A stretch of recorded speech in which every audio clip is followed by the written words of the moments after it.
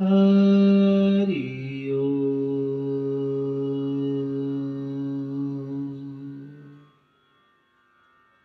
आप सभी को नमस्कार, प्रणाम है। सभी साधु जनों को राधे राधे। कार्तिक मास का आज छठा दिन और ज्यादा विलंब न करते हुए सीधा कथाओं पर जाते हैं, क्योंकि ज्यादा लंबी कथा होती है तो समय में थोड़ा सा बदलाव आ जाता है। आज भीष्म पंचक व्रत की विधि और उसकी महिमा का बखान करेंगे। ओम जमगम मेदंते कबलम गजकर्णाहि नमामि, लंबोदराहि विक्रमनाक धूम्रकेतुकुल भालचंद्राय नमामि, हे गजाननधारी नमामि, गणाधिपते गणेशाय नमामि नमः।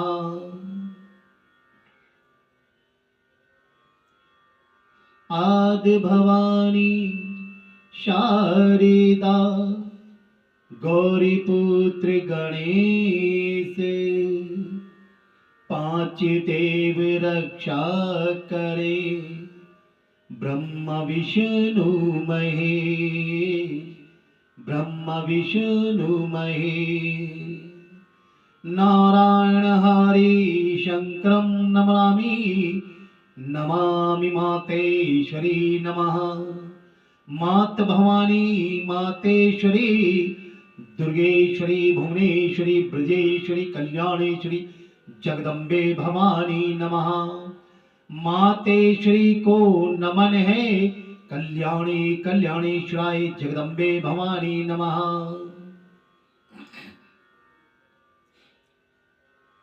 तो आइए आप सभी एक बारी बोलिए राधे राधे। कुछ संगत कम आ रही है, चलिए राधे राधे बोलते हैं और आगे बढ़ते हैं। भीष्म पंचक व्रत में की महिमा बड़ी निराली है। कार्तिक मास शुक्ल पक्ष की एकादशी से पूर्णिमा तक इस भीष्म पंचक व्रत को किया जाता है। इस विषय में पौराणिक कथा इस प्रकार है कि महाभारत के युद्ध में बाण सिंह पर सोए हुए महाभारत महात्मा भीष्म ने जब राज धर्म, मोक्ष धर्म और दान धर्म का वर्णन किया तो उससे भी कृष्ण सहित पांडवों ने भी सुना। उसे सुनकर प्रसन्न होकर श्री कृष्ण ने कहा, भीष्म तुम धन्य हो, तुमने धर्म का स्वरूप हमको अच्छी तरह से सुनाया और कार्तिक मास की एकादशी को तुमने दान की महिमा जो बताई और एकादशी को ही तुमने जल पानी की याचना की और अर्जुन ने बाण से पृथ्वी को भेद कर गंगा जल प्रस्तुत किया, जिससे तुम्हारे तन मन व प्राण संतुष्ट हो गए। अतः आज से लेकर पूर्णिमा तक तुम्हें सब लोग अर्घदान से तृप्त करें और मुझको प्रसन्न करने वाले इस भीष्म पंचक नामक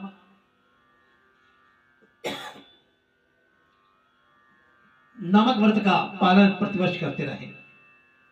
अतः निम्न मंत्र को सत्य भाव से कहकर महात्मा भीष्म के लिए तर्पण करना चाहिए। यह भीष्म तर्पण प्रतिवर्ष करना सभी वर्णों के लिए श्रेष्ठकर होता है। इसमें कोई भेद नहीं है। ये भेद तो हम आप लोग बना रहे हैं, कर्म के हिसाब से नहीं, जीविका के हिसाब से बना दिए हैं। लेकिन यहाँ पर स्पष्ट बताया कि सभी धर्मों के लिए, यहाँ पर यह है सभी वर्णों के लिए। सत्यव्रताय सूचाय गंगाय महात्मने भीष्माय तद्दैदादभामे मार्जमः ब्रह्मचारिणैः। अर्थात हे अजन्म ब्रह्मचारी का पालन करने वाले परम पवित्र सत्यव्रत परायण गंगा नंदन महात्मा भीष्म को मैं अर्घ देता हूं। जो मनुष्य इसे पढ़कर या सुनकर या बोलकर अर्घदान करता है वह मोक्ष का भागी बन जाता है। बोली राधे राधे। हरे कृष्णा हरे कृष्णा हरे कृष्णा। वैयावप्रद गोत्राय सांकृताय प्रवराहे चाह आपुत्राय ददाते पदुक्तम भीष्मन् भीष्मावत्रमणे वासूनामावत्राणि शन्तानौरात्मानं चेचा अर्घददानि भीष्माय आजम ब्रह्मचारणे। अर्थात बताया गया है कि जिनका व्याघ्र पत्र गोत्र और सांकृत्र प्रवर है उन पुत्र सहित भीष्म वर्मा को मैं जल देता हूं। वसु के अवतार शंतनु के पुत्र वसु के अवतार और शांतनु के पुत्र आजन्म ब्रह्मचारी भीष्म को मैं अर्घ देता हूं। जो मनुष्य पुत्र की कामना से स्त्री सहित भीष्म पंचक व्रत का पालन करता हुआ तर्पण और अर्घ देता है वह 1 वर्ष के भीतर ही पुत्र प्राप्त करता है, ऐसी मानता है। ये महापुराण व्रत महापातकों को नाश करने वाला और प्रत्येक भारतीय को प्रयत्न पूर्वक इसका अनुष्ठान करना चाहिए। अर्घ देने के उपरांत पंचगव्य सुगंधित चंदन के जल से उत्तम गंध वर्ष कुमकुम के द्वारा भक्ति पूर्वक सर्व पापहारी श्री हरि का पूजन करें और 5 दिनों तक भगवान के समीप अखंड दीप जलाता रहे। देवादिदेव भगवान के लिए उत्तम नैवेद्य निवेदन करें और पूजा अर्चना और ध्यान नमस्कार के पश्चात ओम नमो भगवते वासुदेवाय इस मंत्र को 108 बार जप करें और प्रतिदिन प्रातः व साय संध्या वंदन करके पूर्वक 108 बार जप करके भूमि पर शयन करें और बुद्धिमान पुरुष ब्रह्मचारी का पालन करते हुए पाप पूर्ण विचार मन में ना लाए और शाकाहार को अथवा मुनियों से प्राप्त अन्न से निर्वाह करते हुए सदा विष्णु पूजन में तत्पर रहे। विधवाओं को मोक्ष सुख की कामना से ये व्रत करना चाहिए। पूर्णमासी आने पर ब्राह्मणों को या साधुजनों को वाचकों को भोजन कराएं और बछड़े सहित गोदान करें। अभी गोदान की तो महिमा पीछे से चली आ रही है। आज के युग में कोई गोदान नहीं करता और आजकल कुछ लोग गोदान के नाम पर धन भी एकत्रित कर लेते हैं और उन्होंने एक जरिया भी बना लिया। कुछ ऐसे लोग हैं, हम किसी पर टिप्पणी नहीं कर रहे, लेकिन ऐसा हो रहा है। लेकिन उसके लिए गोदान का विधान किसी गौशाला में जाए और गौ के नाम से कोई दान कर दे या सामर्थ्य के अनुसार गौ की मूल जो है वो अर्पित कर दे या अन्यथा कोई गाय खरीद करके गौशाला में दान कर दे जहां पर उनका पालन पोषण हो सके। पूर्णमासी को ये काम करना है और इस प्रकार भली भांति विधि विधान से व्रत को समाप्त करें। एकादशी से लेकर पूर्णिमा तक 5 दिनों का भीष्म पंचक व्रत समस्त पूर्ण भूमंडल में प्रसिद्ध है। अन्न ग्रहण करने वाले के लिए यह व्रत नहीं है, क्योंकि इन 5 दिनों में अन्न का निषेध है। इस व्रत का पालन करने से भगवान विष्णु सदैव सुफल प्रदान करते हैं।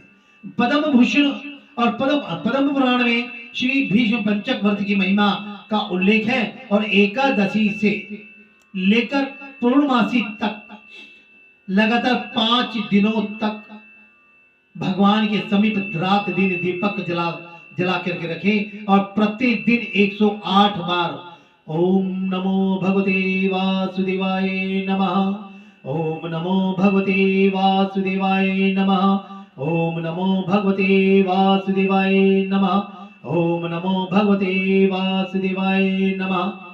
इस प्रकार का नित्य प्रति दिन 108 बार प्रातः और संध्या काल में जाप करें, मंत्र का पाठ करें और प्रतिदिन सायकाल में संध्योपासना करके जप करते हुए व्रत पालन पूर्वक पृथ्वी पर शयन करें और एकादशी से भगवान विष्णु का पूजन करके उपवास रखे। फिर द्वादशी को व्रती पुरुष भूमि पर बैठकर मंत्रोच्चारण के साथ गौमूत्र का पान करें। त्रयोदशी को दूध पीकर रहे, चतुर्दशी को दही का भोजन करें। इस प्रकार से शरीर की शुद्धि के लिए 4 दिनों तक व्रत करके 5वें दिन स्नान के पश्चात भगवान केशव की पूजा करें और भक्ति भाव से ब्राह्मण को भोजन कराए, उन्हें दक्षिणा दे और शाकाहार से निर्वाह करते हुए श्री कृष्ण के पूजन से संलग्न रहे। इसके बाद रात्रि में पंचगव्य पान करके अन्न ग्रहण करें। इस प्रकार भली भांति करने से मनुष्य शास्त्रोक्त फल का भागी होता है। इस भीष्म पंचक व्रत का अनुष्ठान करने से प्राणी परम पद प्राप्त करता है। ये आरोग्य और पुत्र प्रदान करने वाला तथा महापातकों को नाश करने वाला व्रत पद्म पुराण में भी बताया गया है। जब 18 पुराण हमने बखान किए थे तो हमने बहुत सारी चीजें ऐसी पढ़ी जो कथाओं में आती हैं और जिनका लाभ होता है। चलिए थोड़ा सा सालग्राम जो विशेष है, तुलसी के दल के जड़ में जो एक गोल सी बटिया सी आप देखते हैं ना, वो सालिग्राम शिला है। वो किसी कारणवश, अभी आगे कथा आएगी, पहले से उसका उच्चारण नहीं करेंगे, ना बखान करेंगे। जब कथा आएगी तो आपको पता चलेगा ये किसी कारण से तुलसी जी के पास रहते हैं। सालिग्राम शिला में सदा चराचर प्राणियों सहित समस्त त्रिलोकी लीन रहती है और कार्तिक मास में जो सालिग्राम शिला के दर्शन करता है, उसे मस्तक झुकाता है, स्नान कराता है और उसका पूजन करता है, वह कोटि यज्ञों के समान पुण्य तथा कोटि गोदानों का फल प्राप्त करता है। बोली राधे राधे, हरे कृष्ण मुरारी, श्री भाग्य बिहारी लाल की जय।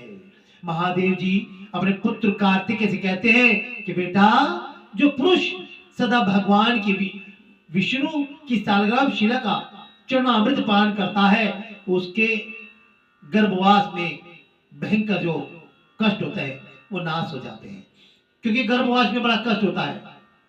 9 मास तक मल मूत्र के साथ साथ ना जाने वो क्या क्या भक्षण करता है। यही तो सजा है। इसी को तो नरक ज्यादा कहा है। उस नरक के निकलने के बाद मानव योनि में आपको जन्म मिलता है। ये सबसे बड़ा की सजा होती है इंसान की, लेकिन उस सजा को पार करने के बाद, पड़ाव को पार के बाद ये मानव योनि प्राप्त होती है। इसलिए तो कहते हैं कि ऐसे कर्म कर लो कि दोबारा गर्भवास में ना जाना पड़े। इसलिए कहते हैं हम सब लोग कि दोबारा गर्भवास में ना आए।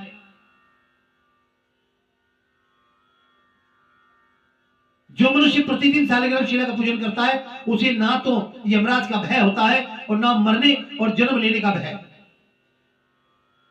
भगवान स्वयं बताते हैं कि करोड़ों कमल पुष्पों से मेरी पूजा का जो फल मिलता है, वह सालिग्राम शिला के पूजन से प्राप्त हो जाता है। जो इतने सारे कमल पुष्प भोलेनाथ को चढ़ते हैं, उनका भी फल सिर्फ मात्र सालिग्राम शिला का पूजन करने से मिलता है। बोलिए राधे राधे, सालिग्राम भगवान की जय। जय बोलिए। हाँ, कम हो कोई बात नहीं, इसमें कोई दो राय नहीं। हमारी अगली पिछली कथा जो थी वो कम से कम 700-800 आदमी सुन चुके हैं और काफी रिप्लाई भी आ रहा है। आप सबको नमस्कार करते हैं।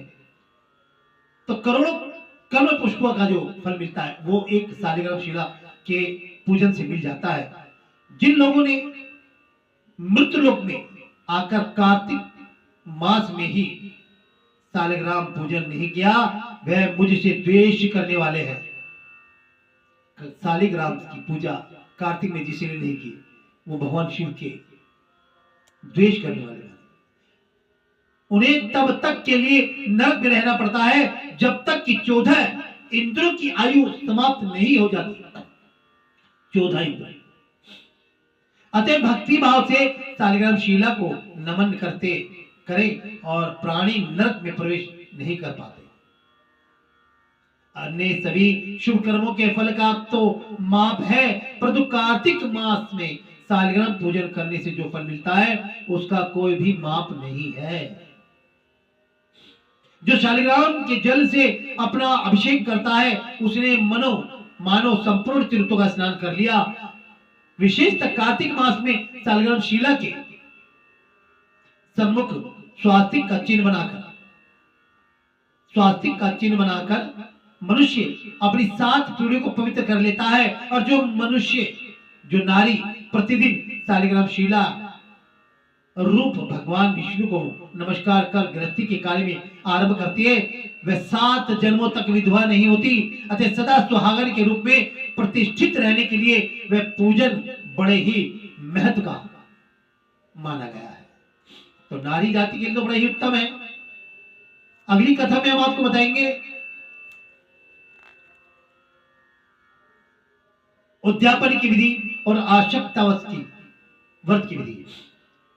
श्रीमन नारायणे नारायणे हरि हरि, प्रभु नारायणे नारायणे हरि हरि, तेरी लीला सबसे न्यारी न्यारी, हरि हरि बोलो नारायणे नारायणे हरि हरि, प्रभु नारायणे नारायणे हरि हरि, तेरी लीला सबसे न्यारी न्यारी, हरि हरि बोलो नारायणे नारायणे हरि हरि, प्रभु नारायणे नारायणे हरि हरि। श्री कृष्ण गोविंदे हरे मुरारी, हे नाथ नारायण वासुदेवा। श्री कृष्ण गोविंदे हरे मुरारी, हे नाथ नारायण वासुदेवा। हे कृष्ण गोविंदे हरे मुरारी, हे नाथ नारायण वासुदेवा। जय जय कृष्ण हरे कृष्ण, कृष्ण कृष्ण हरे कृष्ण, जय जय कृष्ण हरे कृष्ण, कृष्ण कृष्ण हरे कृष्ण। श्री कृष्ण गोविंदे हरे मुरारी, हे नाथ नारायण वासुदेवा। हरि हरि मेरो है गुरुधाम मेरो है, हरि हरि मेरो है गुरुधाम मेरो है। श्री बाके बिहारी गुरु जी के संग है, श्री बाके बिहारी गुरु जी के संग है। शीश नवा लो गुरु चरण में, शीश नवा लो गुरु चरण में। देंगे दर्शन मुरली वाले, होंगे दर्शन धनुष वाले। श्री बाके बिहारी गुरु जी के संग है, श्री बाके बिहारी गुरु जी के संग है, श्री बाके बिहारी गुरु जी के संग है। हरि हरि मेरो है गुरुधाम मेरो है, हरि हरि मेरो है गुरुधाम मेरो है। श्री बाके बिहारी गुरु जी के संग है, श्री बाके बिहारी गुरु जी के संग है। बोली राधे राधे। अगर कोई त्रुटि हो गई हो तो उसके लिए हम क्षमा चाहते हैं।